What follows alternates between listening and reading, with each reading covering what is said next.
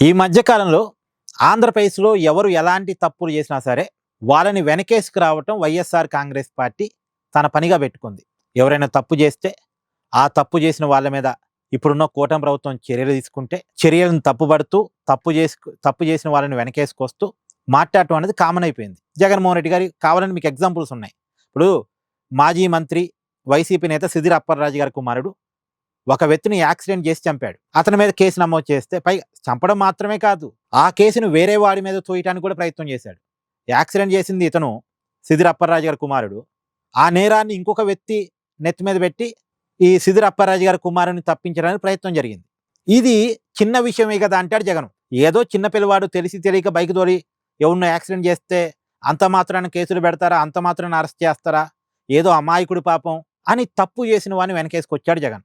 ఇలాంటి సందర్భాలు అనేక. ఇప్పుడు గాజ సాయికృష్ణ విషయంలో కూడా ఏదో తెలుసో తెలవకో ఏదో చిన్న చిన్న తప్పులు చేస్తే అని చెప్పేసి, చిన్న చిన్న తప్పులు అంటే ఏంది, మానభంగాలు, మడ్డలు జగన్మోహన్ రెడ్డి గారికి చిన్న చిన్న తప్పులుగా కనపడుతున్నాయి.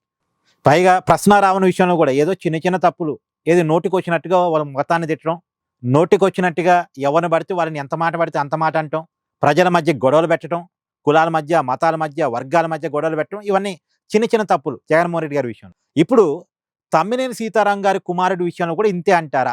మాజీ స్పీకరు, వైసీపీ నేత తమ్మినేని సీతారాం గారు బతుకున్న వ్యక్తిని చనిపోయినట్టుగా తప్పుడు సర్టిఫికేట్ క్రియేట్ చేసి, పైగా ఆ వ్యక్తికి వారసురాలని వీళ్ళే క్రియేట్ చేసి, ఆ వారసురాల ద్వారా తన కుమారుడి పేరు మీదకి భూమిని ఎక్కించుకున్నారు.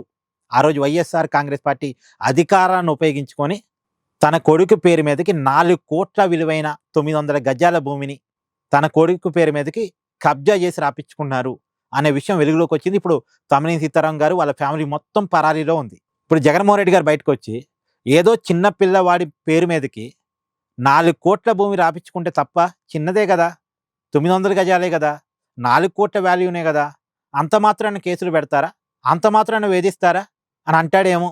ఇప్పుడు ఈ విషయం సోషల్ మీడియాలో చాలా పెద్ద ఎత్తున ట్రెండింగ్గా ఉంది. జగన్మోహన్ రెడ్డి గారు మాట్లాడిన మాటలు ఇప్పుడు ఈ తమ్మినేని సీతారాం కుటుంబం పరారీ ఇవన్నీ పెడుతూ సోషల్ మీడియాలో ఆంధ్రప్రదేశ్ యూత్ గట్టిగా క్వశ్చన్ చేస్తూ ఉన్నారు.